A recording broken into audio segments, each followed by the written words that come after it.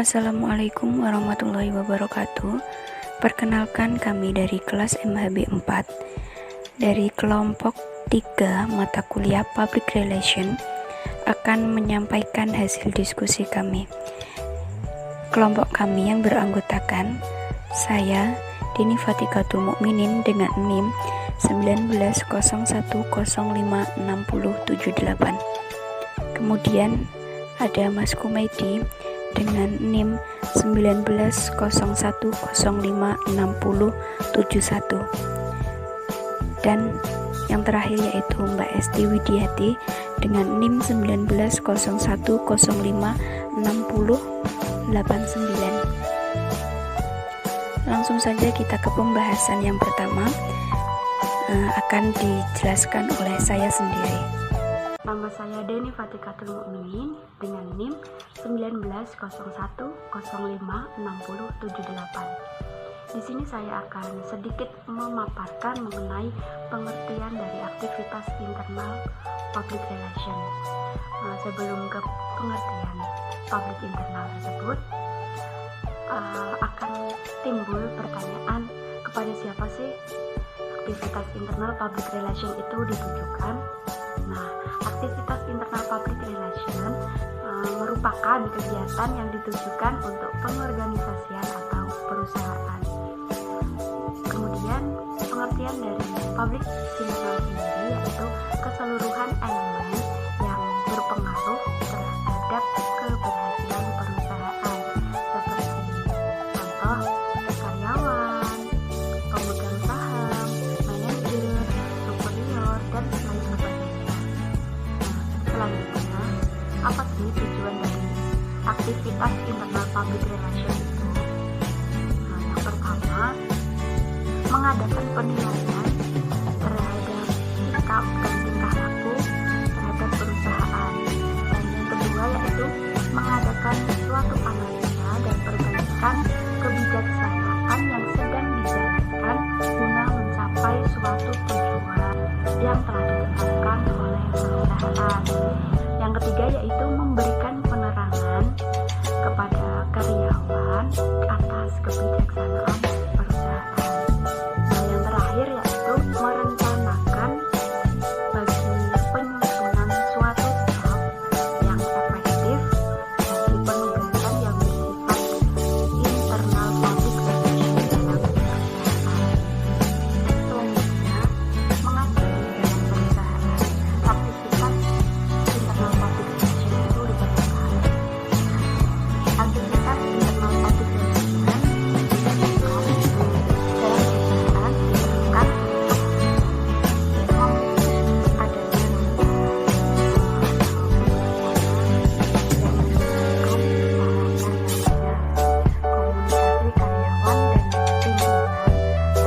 terjalin dengan akrab. Nah, untuk mencapai apa yang telah saya jelaskan di atas tadi,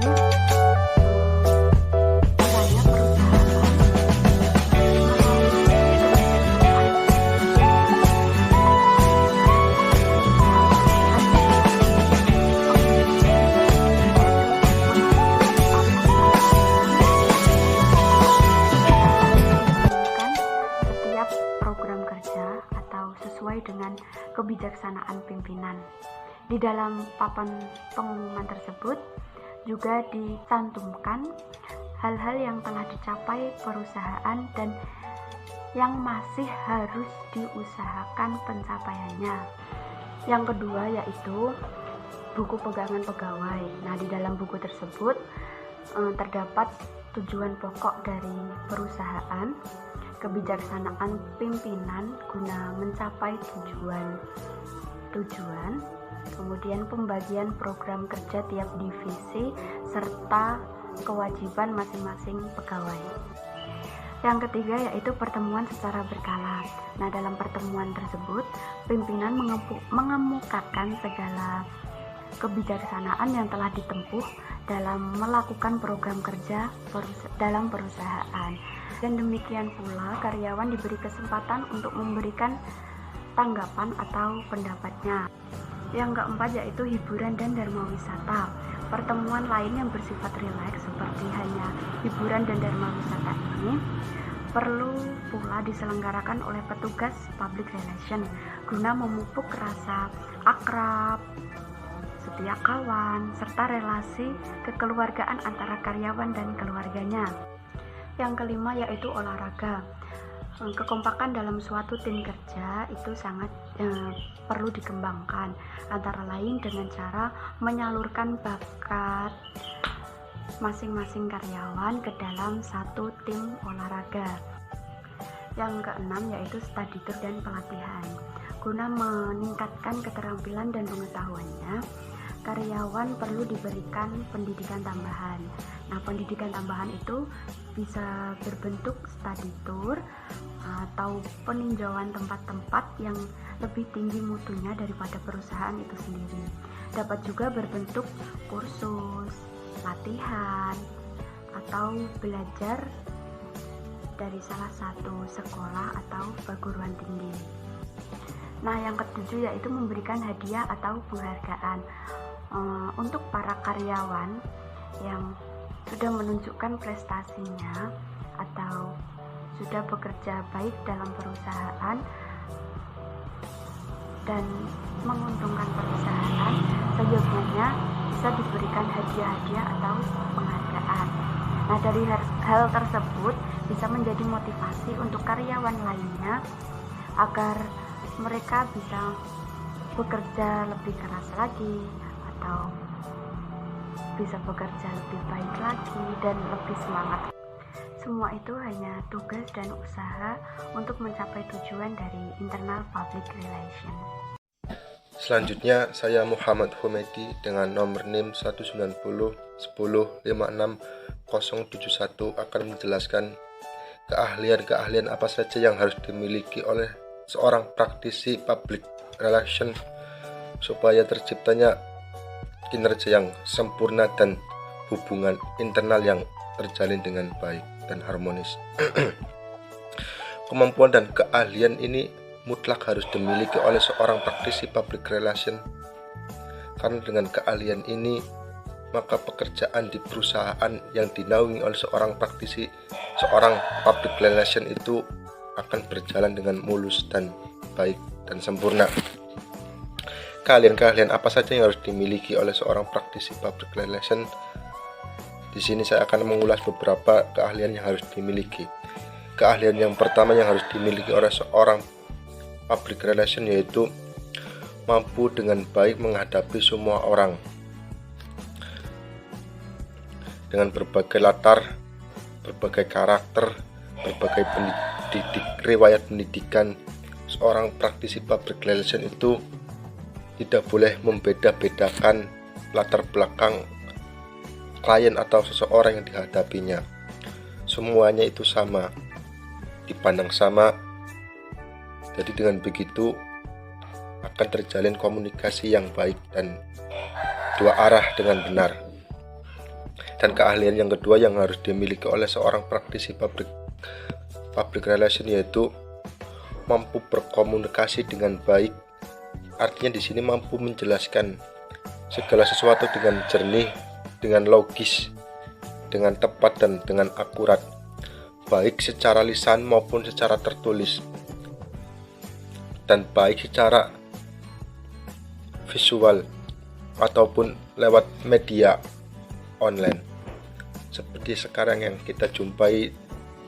Karena adanya COVID-19, maka apa-apa serba online, maka di sini dituntut seorang public relation harus memiliki skill komunikasi maupun lewat langsung lisan, lewat tulisan maupun secara online. Dan keahlian yang harus dimiliki oleh seorang praktisi public relation yang selanjutnya yaitu mampu berkomunikasi dengan baik, pandai mengarahkan organisasi. Artinya mampu merencanakan segala sesuatu itu dengan matang, memikirkan ke depan apa yang harus dilakukan itu dipikirkan secara matang dan secara terstruktur dan benar-benar difikirkan sehingga tidak ada kesalahan yang akan datang karena setelah difikirkan sebelumnya. Dan keahlian yang selanjutnya yang harus dimiliki oleh seorang praktisi public relation yaitu memiliki integritas personal baik dalam bekerja maupun di luar pekerjaan. Integritas itu seperti kewibawaan, kepercayaan diri, itu yang harus dimiliki oleh seorang praktisi public relation, karena itu sangat penting. Ketika seorang praktisi public relation memiliki jiwa yang tenang, percaya diri, berwibawa, itu adalah model yang baik untuk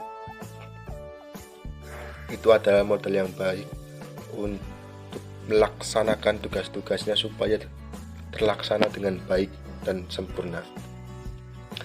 Dan keahlian yang terakhir yang harus dimiliki oleh seorang praktisi public relation yaitu memiliki imajinasi yang kreatif.